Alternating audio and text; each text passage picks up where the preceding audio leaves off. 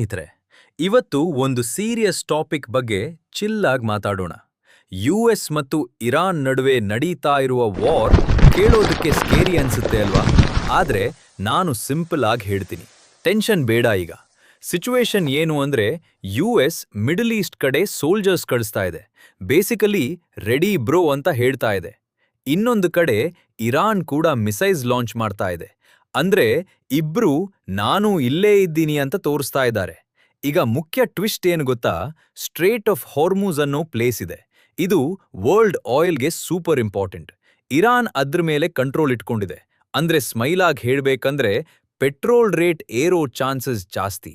ನಮ್ಮಲ್ಲಿ ₹100 ಪೆಟ್ರೋಲ್ ಇದ್ರೆ ನಾಳೆ ₹150 ಆದ್ರೆ ಯಾಕ್ ಜೀವನ ಇಷ್ಟು ಕಷ್ಟ ಅಂತ ಕೇಳಬೇಡಿ. ಮತ್ತೆ ಫನಿ ಪಾರ್ಟ್ ಏನ್ ಗೊತ್ತಾ? ಯುಎಸ್ ಹೇಳ್ತಾ ಇದೆ ಪೀಸ್ ಟಾಕ್ಸ್ ನಡೀತಾ ಇದೆ, ಇರಾನ್ ಹೇಳ್ತಾ ಇದೆ ಯಾವ ಪೀಸ್ ಬಾಸ್. ಅಂದ್ರೆ ಇಬ್ರು ಸೇಮ್ ಪೇಜ್ನಲ್ಲಿ ಇಲ್ಲ. ಇದು ಫೈಟಾ, ಫ್ರೆಂಡ್ಶಿಪ್ಪಾ, ರಿಲೇಶನ್ಶಿಪ್ ಪ್ರಾಬ್ಲಮಾ ಅಂತ ಕನ್ಫ್ಯೂಸ್ ಆಗ್ಬಿಡ್ತೀರಾ. ಈಗ ನೀವು ಕೇಳ್ತೀರಾ, ಮಚ್ಚಾ ಮುಂದೆ ಏನಾಗತ್ತೆ? ಆನೆಸ್ಟ್ಲಿ ಹೇಳ್ಬೇಕಂದ್ರೆ 3 ಚಾನ್ಸಸ್ ಇದೆ.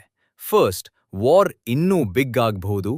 ಎರಡೂ ಸೈಡ್ಸ್ ಇನ್ನೂ ಅಟ್ಯಾಕ್ ಮಾಡಿದ್ರೆ ಫುಲ್ ಮಿಡಲ್ ಈಸ್ಟ್ ಪ್ರಾಬ್ಲಮ್ ಆಗ್ಬಹುದು. ಸೆಕೆಂಡ್, ಪೆಟ್ರೋಲ್ ಪ್ರೈಸ್ ಫುಲ್ ಏರ್ಬಹುದು, ನಮ್ ಪಾಕೆಟ್ಗೆ ಡೈರೆಕ್ಟ್ ಅಟ್ಯಾಕ್.